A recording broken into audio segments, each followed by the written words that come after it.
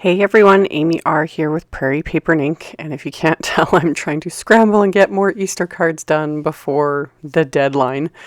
These are actually can be more spring themed. They aren't specifically Easter. I'm using the Art Impressions. It's the Bunny and Ducky mini set that I'd shown in a haul a couple months ago, and finally getting a chance to use them. So I'm inking up all the stamps with VersaFine Onyx Black ink, and I'm stamping them onto Strathmore, the Ready Cut watercolor cardstock. It's 140-pound cold press watercolor cardstock, and stamped all the images, so the front and the back of the ducky and the front and the back of the bunny, and I'm using my Zig clean color markers to color them in. And I gotta say, the clean color markers work really well on this. They do have a tendency to want to just go everywhere.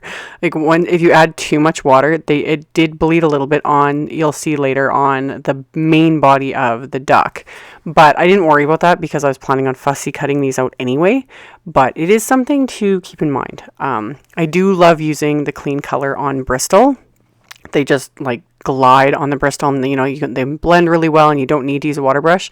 But I wanted to try something different this time because I've seen other people color the markers directly onto the image, and then they're able to pull it out with the water brush. And anytime I had tried that, I was not getting very good results. Like, I'd get the harsh lines of the markers and I was kind of frustrated, but I was finding it was the cardstock or the paper I was using.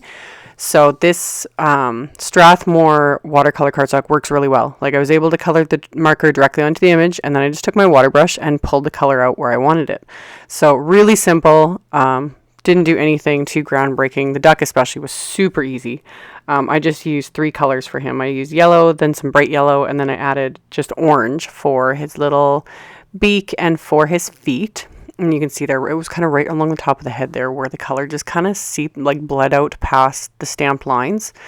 Like I said, the color does really want to move, and there's kind of no going back once you start adding the water.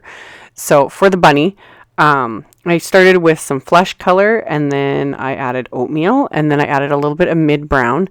And mid-brown was a little bit interesting. It kind of turned a little pinkish once the water was added. At first I was like, I did not care for that, but I just worked with it and, added a little bit more oatmeal later on, and I made it work. I was okay with it. I just wasn't kind of expecting that. I'm still kind of experimenting with these markers, and I do like them. They're just different. And again, this is the first time I've really had any success with them on actual watercolor paper, and they did work well on here. A little goes a long way with these, and then you can just go back in and add, which is something I really like about them too, is I just went back over on the wet areas, added a little bit more color with the marker, and then pulled it out with the water brush, and I was good to go. So I did the little bunny, and then I added a little bit of light pink to the inside of his ears, his little paw, and his nose. And then once they were dry, I just took my detail cutting scissors and fussy cut them out. Pretty simple, especially the duck. The bunny too, though, was really easy. I just cut right on the line, and I always move the cardstock and not the scissors. And then once they were all trimmed out, I took my Memento Tuxedo black marker and went along all the edges and coated it with the black marker. That just covers up all the white edge of the cardstock. My fussy cutting was pretty much perfect, but even if your cutting's not perfect, that fixes it up. Plus, when you're cutting through something this thick, you're guaranteed to have that white edge that's somewhat exposed. So the black marker takes care of that.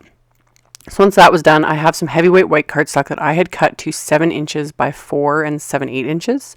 And then I scored it at 3.5. So these are going to be another little 4-bar note card set. And then I had pattern paper from the Authentic Springtime 6x6 pack. And I'd cut the pattern paper to just slightly smaller than the card front.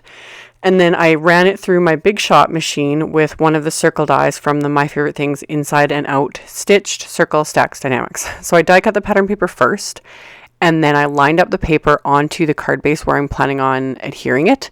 And then I took a smaller die from that set and lined that up within the die cut pattern paper so that I can create a window in my card front and that it's lined up properly so everything matches up properly. So I did that with both pieces of pattern paper and both card bases. So there you can see I've got a perfect frame for my little window.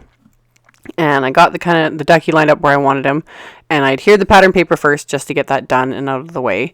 And then I'm going to flip the card over so I'm looking at the inside, and I'm going to place the little face of the duck face down, so I know where I can adhere the little body here. So I'm just using my Tombow Mono Multi for this and applying all the adhesive, and then I'm going to line that up so that that backs the face of the ducky, and I'm going to do the exact same thing with the card for the bunny. So really easy, because they're meant to do this, obviously. So they all line up and everything's all perfect, so they're peeking out the front of the card. And then for the sentiments, these come with this little stamp set. So I use my stamp positioner for these because they are rubber sentiments and you can't see where you're stamping. I wanted to make sure I got them perfect.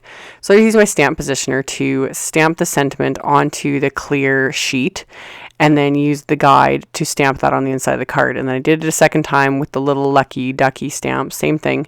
Got on the block, stamped on the sheet, and then lined that up, and then removed the sheet, inked up the stamp, and stamped it again onto the inside of the card. And then I, for my only embellishments, because I wanted to keep these quick and simple and just cute, so I just grabbed some Craft Medley sequins in colors that kind of went with the cardstock, and kind of lined those up where I wanted them on my card, and then just put little dabs of my Ranger Multi-Medium Matte to adhere them all in place. This is the absolute best adhesive for sequins. I love it. Absolutely love it. And then finally, I had to create a little bit of a ground for these little guys. Otherwise, it looks like they're just kind of hanging off that window there. So I just took my light gray clean color marker and added that to the inside and picked up a little bit with a water brush. You can't move it too much because this isn't watercolor paper. This is just heavyweight white cardstock, so the color isn't going to move very well. But I got it the way I wanted it. Just added some with the marker, and then the rest I added with just picking up with a water brush. And then that created a little bit of, a ground, so it looks like they're kind of sitting and then looking through the window. So that finishes off these fun little cards. As always, there will be a link below the video to my blog post and links to all the supplies used, so check that out below if you are interested. Thank you all so much for watching, and I will see you guys in the next video. Bye.